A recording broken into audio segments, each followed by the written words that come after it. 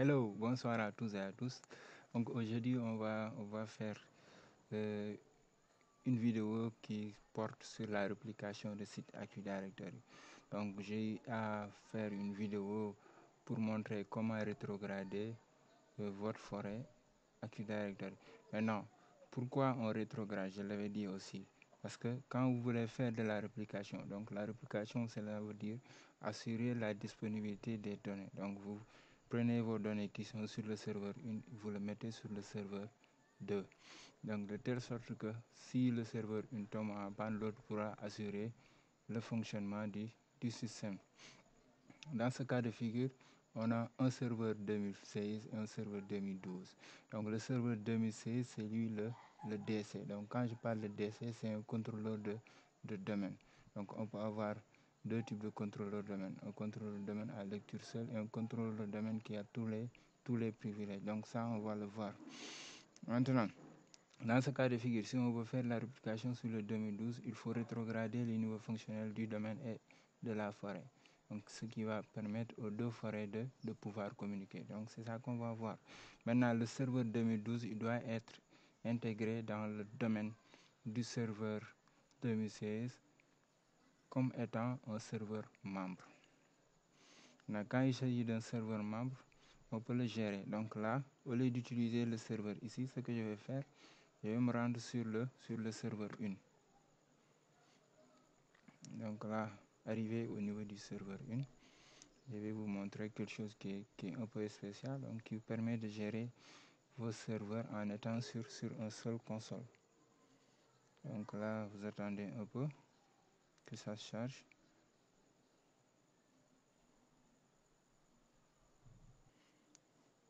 Donc là, je suis sur le serveur DC, donc le contrôleur de domaine. Maintenant, au lieu d'aller là-bas sur le serveur, je vais ajouter mon serveur ici pour pouvoir le gérer. Donc là,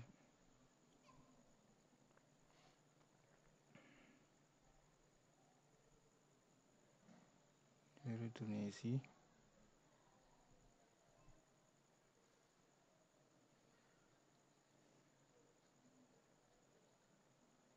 Okay, là, je vais cliquer sur ajouter d'autres serveurs à gérer. Bon, c'est un peu lent. Ok, bon, mais bon, on patiente un peu.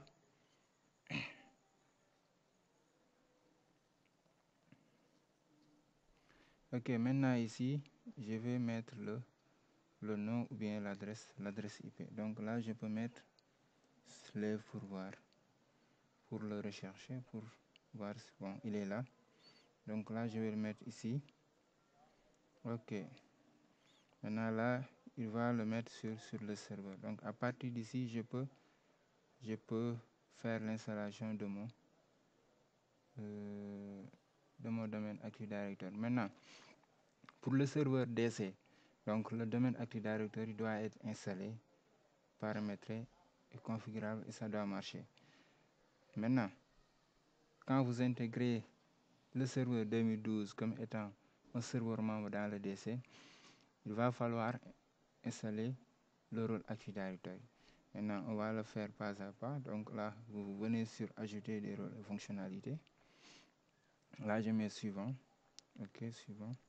Maintenant, ici, vous avez deux serveurs. Donc là, je vais choisir le serveur 2012. Bon, normalement, je devais choisir le serveur 2012. Donc là, je dispose d'un serveur de l'ISO 2016. C'est pourquoi j'ai installé 2016. Mais là, j'ai rétrogradé le serveur sur la forêt 2012. Vous allez le voir. Donc là, je mets suivant. Là, vous sélectionnez votre slave avec son nom de domaine. Vous faites suivant. Maintenant, ici, je vais installer le rôle Active Directory. Je l'installe. Donc là, je mets ajouter. Suivant. Suivant toujours. Donc là, vous avez la possibilité de travailler avec Azure Active Directory. Donc ça, c'est possible. Là, je mets suivant. Ok, je fais installer. Donc là, je laisse l'installation se dérouler. Donc à la fin de l'installation, on va continuer. Ok, maintenant, Ok, maintenant c'est bon. Ce qu'on va faire, on va promouvoir le serveur. Donc, vous cliquez sur promouvoir ce serveur comme contrôleur de domaine. Donc, vous allez voir la méthode dont vous installez un contrôleur de domaine. Et celle-ci, vous allez voir que ça sera un peu différent. Donc là, la fenêtre s'est cachée ici. Donc là, il faut que je l'ouvre.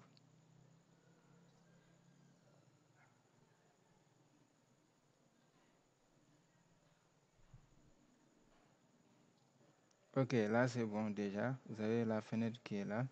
Maintenant ici, donc quand vous installez un nouveau contrôleur de domaine, vous allez ajouter une nouvelle forêt. Maintenant ici, on ne va pas ajouter une nouvelle forêt, mais on va ajouter un contrôleur de domaine à un domaine existant. Donc là, le voici. Donc, que nous allons sélectionner. Donc là, c'est normalement sélectionné. Hein. Pourquoi? Je sais pas. Ouais. Ok.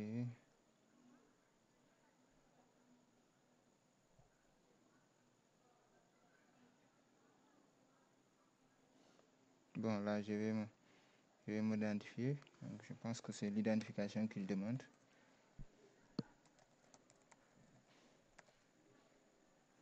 Donc là, je mets le mot de passe. Ok.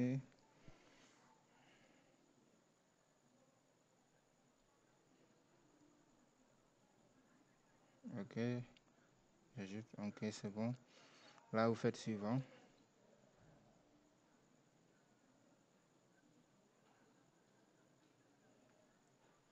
Maintenant, quand vous faites suivant ici, vous avez ces paramètres qui sont là. Donc, on attend que ça...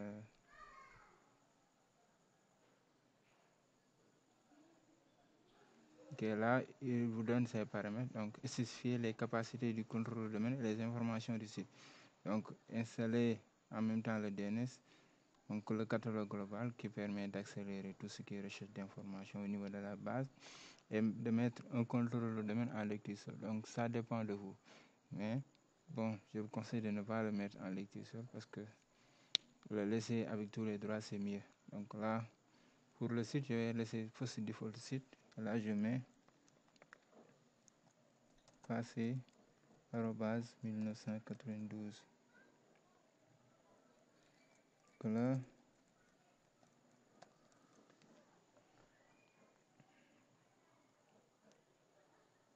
ok, là, je précise. Si vous êtes sur le serveur 2012, donc si vous êtes sur serveur 2012, vous allez avoir les paramètres niveau fonctionnel de la forêt et niveau fonctionnel du domaine, comme celle que j'avais fait sur l'autre serveur.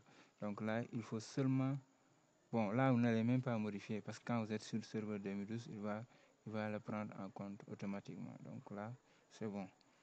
Ok, là, vous faites suivant. Donc ici, on n'a pas de délogation, c'est bon. Là, ici, spécifier les options d'installation à partir d'un fichier IFM. Donc, on n'a pas besoin de support IFM. Maintenant, ici, mode de réplication. Donc, répliquer depuis. Donc, tout contrôleur de domaine. On peut aussi choisir master.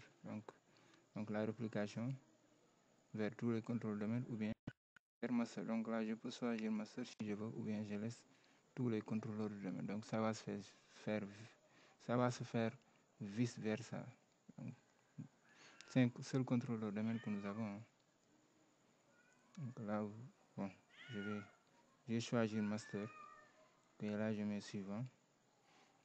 Là, vous avez les répertoires des fichiers d'utilisation de la base de données INTIDS et du dossier sysvol.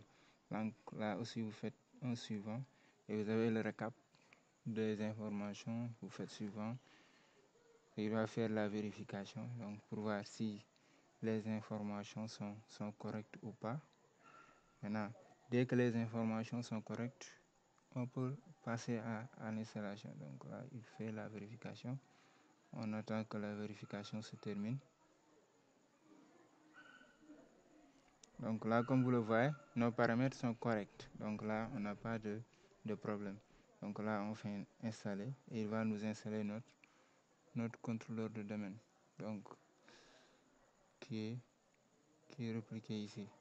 Maintenant là, on laisse l'installation se passer et ensuite, après la fin de l'installation, nous allons voir la suite.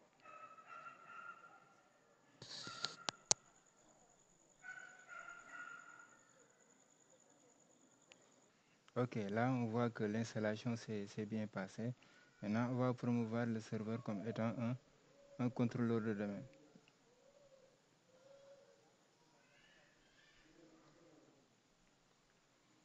Donc là, pour ce faire, vous cliquez sur promouvoir ce serveur comme étant un contrôleur de domaine. Ok, là déjà c'est bon. Le rôle a été installé ainsi que le DNS. Maintenant, je me rends au niveau, bon, là je suis sur le DC. Donc au niveau du DC, je peux aller sur outils. Donc là, je vais aller sur site et service Active Directory. J'aurai besoin de ça pour vous montrer. Donc là, j'ouvre aussi l'onglet ordinateur et utilisateur Active Directory. Vous allez voir. Bon, le chargement prend un peu de temps. Je vais que ça est là déjà. Ok, donc là, quand vous êtes sur site et service Active Directory, bon, ça c'est ordinateur utilisateur Active Directory. Bon, je pense que déjà ici, j'ai pas d'utilisateur, mais je peux créer un utilisateur.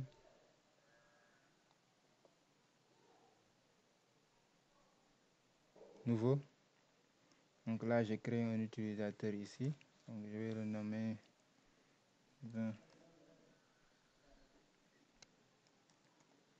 Ok, là, je vais mettre le nom d'ouverture de session. Je mets suivant.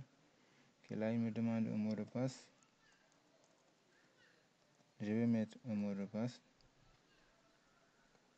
Donc là, je mets toujours un mot de passe.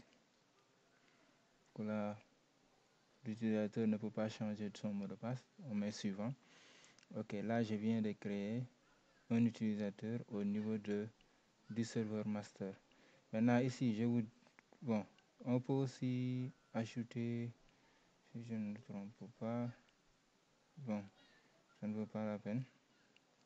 Donc là, déjà, c'est bon. Donc là, vous avez l'utilisateur qui est là. Maintenant, si je me rends au niveau du serveur secondaire, à savoir slave, je vais ouvrir ordinateur et utilisateur Active Directory.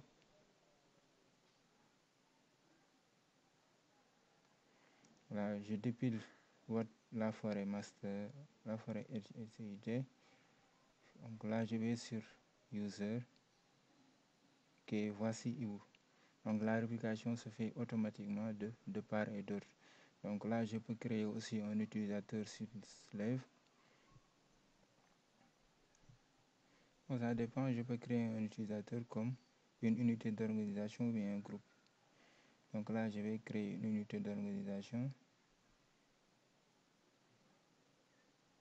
Je clique sur Edge. Donc là, je vais mettre DevOps. Ok, c'est bon.